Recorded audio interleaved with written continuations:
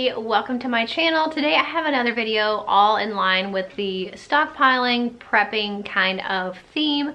I hate to say prepping. I've talked about this in my other prepping videos, and I hate that word because I think there's a real negative connotation to that word. But I definitely think you should be doing some type of preparing for shortages or job loss or natural disaster, power outage, bad weather, all different reasons why you may want to have a little bit of a stockpile of food and some items that your family needs to maintain themselves, maintain your home, and to be comfortable. So I have a prepping emergency preparedness playlist that I just started making a few months ago. I'll link it for you in the description box. There's a couple different types of videos on there on how to stockpile on a budget, why you should be stockpiling, a little bit of how I have set up our stockpile, at least at this point in the beginning stages, how to prep for water shortages, things like that. Not to say that any of these things are gonna happen, but just in case they do happen. So a lot of talk is about food and of course first aid items and medicine and those things that you need the most if there were to be any type of shortage or disaster. But I think you also have to think about, as far as your lifestyle and maintaining your home, how do you clean your home? What types of products would you want to have on hand to make sure that you're able to have a clean house and clean laundry and things like that. So today I'm sharing with you guys 9 things that I think are essential. Whether there's a shortage or any type of disaster or emergency or not, these 9 things are really useful to have in your home anyway. But they're especially helpful and versatile if there were to be any type of shortage or disaster or anything else where you couldn't get out or maybe wouldn't be able to afford to go out and just pick up whatever you wanted on the shelf to clean your home. These 9 things are gonna be really useful to you in any of those scenarios. So if you wanna hear what my 9 essential cleaning stockpile items are, then stay tuned. Okay, so my first essential item that I think you should have really anytime in your house, but especially for your stockpile, is vinegar. This is obviously a really large container. This is 1.32 gallons. I got it at Costco. You don't have to have one that big. But I think you will find if you use vinegar for any of the purposes that I'm going to share in today's video, you will find it goes pretty quickly. The good thing about vinegar is it is very inexpensive and very versatile. So you're probably going to find that a gallon or a little bit more than a gallon of vinegar is actually not going to go as far as you think it would. So I would recommend stocking up on at least a couple of those if possible to make sure you can use it for all of the different things in your house that you can use vinegar for. Just a couple things. You can use it as a laundry additive. I actually use it in our laundry as a natural fabric softener. It's also really good for deodorizing. I used to use it for some homemade countertop sprays that I used in my kitchen. I don't do that anymore now that I have granite, so definitely check with the type of surface you have in your kitchen. Maybe it would be safe to use vinegar, it may not be. In my case, it's not with granite, so I actually had to learn and get a recipe for a new homemade cleaner for my granite, which I do use. But it can be used in certain situations as an all-purpose cleaner. You can use it to clean windows and glass. There's so many uses for vinegar, and like I said, it is dirt cheap. It's like the one thing that doesn't really, at least so far, hasn't really gotten more and more expensive over the years. It stayed pretty low consistently, and considering other things have gone up so much. Definitely vinegar is a great option to have in your stockpile and a perfect staple to have in your house for so many different uses. Another really great thing to have is Dawn dish soap. I actually don't use Dawn dish soap to clean our dishes. I use a more natural dish soap for that, but it's perfect for homemade shower cleaners. You mix a little bit of vinegar, a little bit of water, and a little bit of Dawn dish soap. And because of the degreasing properties in it, it actually helps to remove soap scum and hard water stains from your shower and your tub. So I use it for that. I also use a little bit of it in my homemade granite countertop spray that I mentioned. So it's a great versatile item to have. I'm sure there's tons of other recipes out there. You can make different cleaning products with it. There's a reason why they use it when there's oil spills, because it is really good at degreasing and fairly affordable.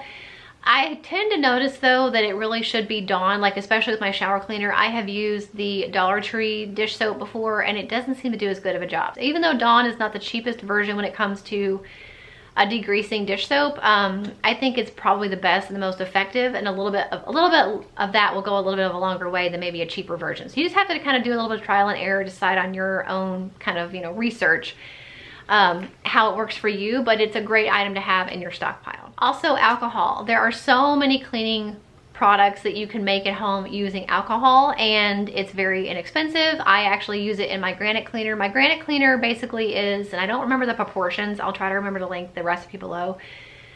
It's literally just a little bit of Dawn dish soap, some alcohol, and water, I think is it. You can add essential oils if you want to, but that's pretty much it. And you know, I just mix it up in a cleaning bottle that I had from something else years ago, and it worked perfectly. So alcohol is another great item to have in your stockpile for cleaning, but also for first aid purposes. So it kind of has a double duty there. Now, one thing you could do when it comes to doing laundry, and I know there's plenty of you guys out there that make your own laundry detergent. I'm not against that. I just have not done the research to figure out how to do that yet.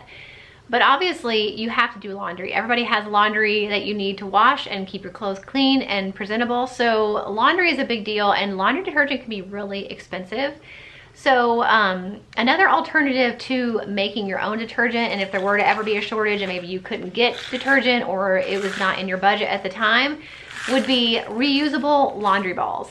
So I had something like this in the past, and I used them to death, and I loved them. They don't last forever, but they do tend to last, I think, about 1,000 washes. So that's a lot of laundry you can do with these two little balls, and they recharge in the sun. There's actually ceramic beads on the inside, if you can hear them.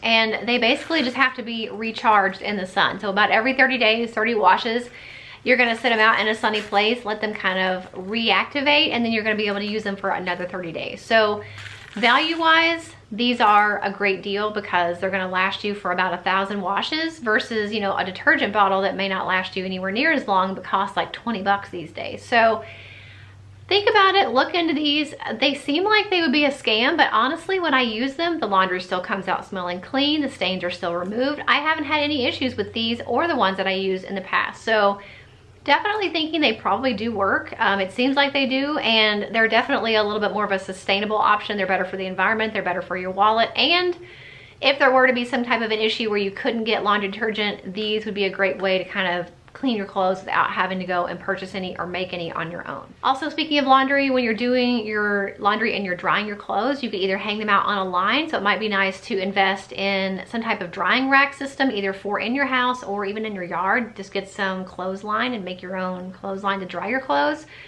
But also laundry balls, wool laundry balls. If you are used to using fabric softener and maybe you want to cut down on that because of the environment or the cost or the availability of them, dryer balls, wool dryer balls will actually work to reduce static and get your clothes drier faster and make them stay fluffy without having to use any added dryer sheets. So again, it's one of those things you purchase a little bit more upfront, but it's gonna last you long term, and it's gonna be a lot better for your wallet and a lot better for the environment. Also, it's really nice to put some essential oils on those laundry balls if you want your laundry to have a nice fresh scent. You can choose whatever essential oil you want or you already have on hand, put a little bit of it on the laundry balls, and they will get your clothes smelling good and fresh without having to use any toxic chemicals. Something else I think everybody should be doing, whether there's any type of shortage or issue at all, is cleaning rags instead of paper towels. That is something that we started doing years ago, and we very seldom buy paper towels. I use them for a few things. I do still use them in the bathroom because I do not want to use washable cleaning rags in a bathroom because I just never feel like that's going to be clean. So I do use paper towels in the bathroom. I will use paper towels if there's some type of like dog, you know, pet mess. If Loki were to throw up or something, obviously I'm going to use paper towels, but for the most part, we do not use paper towels. We use all reusable cleaning rags or old bath towels. They make really great cleaning rags. They're also something that if you have a particularly gross thing you're cleaning up and you're using an old bath towel that you've cut up, you don't feel as bad if maybe you just want to go ahead and throw it away instead of washing it. You can definitely do that, but they make really good cleaning rags. They are really good for cleaning windows and glass, and they are just so much more economical to use a cleaning rag instead of a cleaning like a paper towel. And again, it's better for the environment, it's better for your wallet. So all around, there's no reason I don't think anybody should use anything else for most of their cleaning besides cleaning rags. But especially in any type of emergency situation, it's going to be easier and more accessible for you to use cleaning rags than it is to have to get paper towels. Another great option to have on hand when cleaning your home anytime, but especially with any type of shortage or issue, is a steam mop. Now, I can't use a steam mop anymore on the type of floor that I have in most of my downstairs, like my office, my bathroom, and my kitchen now. Has a certain flooring that they say you shouldn't use a steam mop on. So I do miss my steam mop, but you can use a steam mop on a lot of other surfaces, and it is a great chemical-free way to clean your floors that doesn't involve anything except for water, electricity, and the steam mop. So there's no chemicals you're having to buy, there's nothing. and they can be really effective at cleaning your floors. So definitely think about maybe investing in a steam mop. You don't have to go get one of the super expensive ones. As long as it gets hot enough, it will be effective and it'll be a useful tool for you to have on your day-to-day life, but especially in any type of emergency situation. Also, the last thing, and it's kind of fairly obvious, and there's different options for this. I'm just gonna kind of briefly say bleach and or peroxide are two things that I think you should have on hand. I don't use them a whole lot, but they can be really useful in an emergency situation, especially if someone is sick or you're cleaning up some type of like really gross mess and you really wanna make sure it's disinfected. Look into getting a little bit of extra bleach and or peroxide. I think peroxide is a little bit more of a better option as far as being better for you than bleach.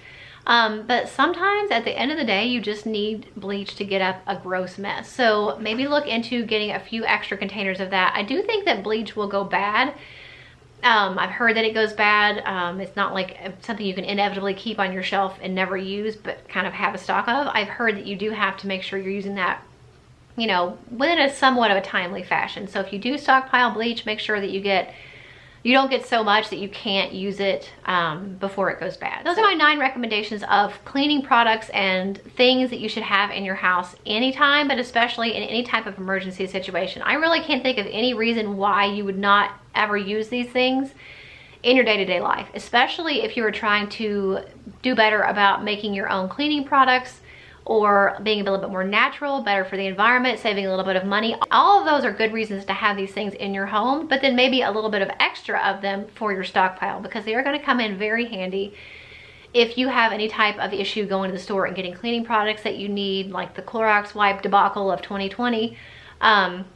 They're gonna be more sustainable for you, they're gonna be better on your budget, and they're gonna be something you already have in your house, and you can make a lot of different cleaning products with just these ingredients. So the internet is your best friend when it comes to finding recipes for DIY cleaning products. Do a little bit of research, find out, you know, what common ingredients that you need for most of those things, and then make sure you have them on hand and a little bit of extra. So I hope this video was helpful. If it was, make sure you give it a thumbs up. Don't forget to check out my prepping playlist in the description box. There's not a whole lot of videos in there, I think maybe 6 or 7, but I just started this series a few months ago as we're going on our own personal kind of prepping journey. I just started adding videos to that playlist, but there are some videos in that playlist already that I think will be really useful, especially if you are a beginner as well. So definitely check it out, and I will see you in the next one. Bye.